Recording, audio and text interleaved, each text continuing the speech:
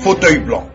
Après un processus qui a consacré la mise en place des institutions et des élus au suffrage universel direct, quel est le rôle aujourd'hui des élus dans cette nouvelle République démocratique du Congo?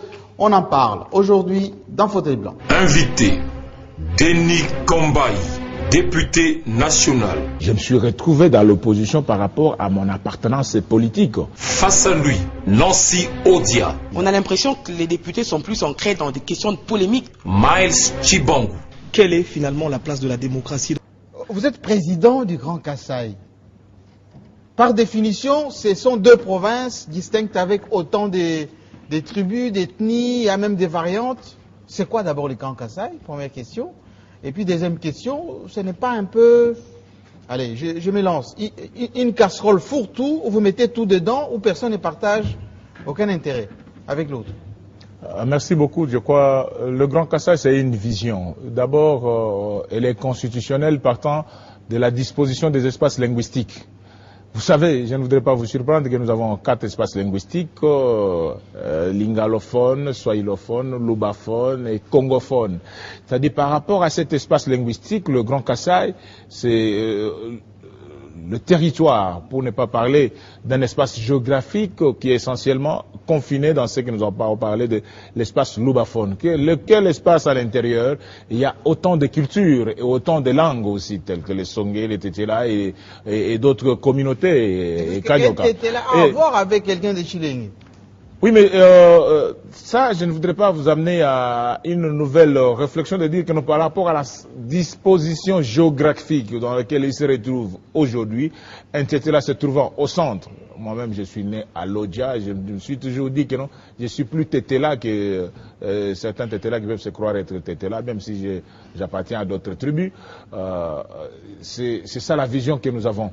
Et ce Grand Kasaï qui est culturel, qui est aussi spirituel, parce que nous sommes à la recherche de notre identité aussi, parce qu'il y a des gens qui font des recherches autour de cela, par rapport à cette culture, et nous disons c'est important, avec tout ce que nous avons comme la sagesse au niveau de la culture, parce que nous sommes un espace où, par rapport à nos origines, par rapport à nos cultures, nous avons une certaine différence de comportement.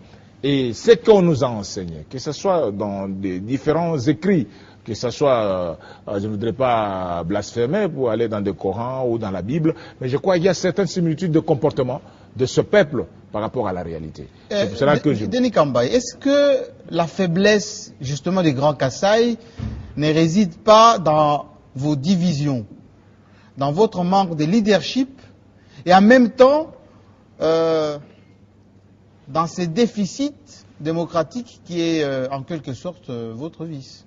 Non, au contraire, s'il y a un espace où il y a plein de démocratie, c'est l'espace Grand Kasaï, c'est un espace de leaders. Aujourd'hui que nous puissions commencer... Qui est le leader des Kasaïens aujourd'hui?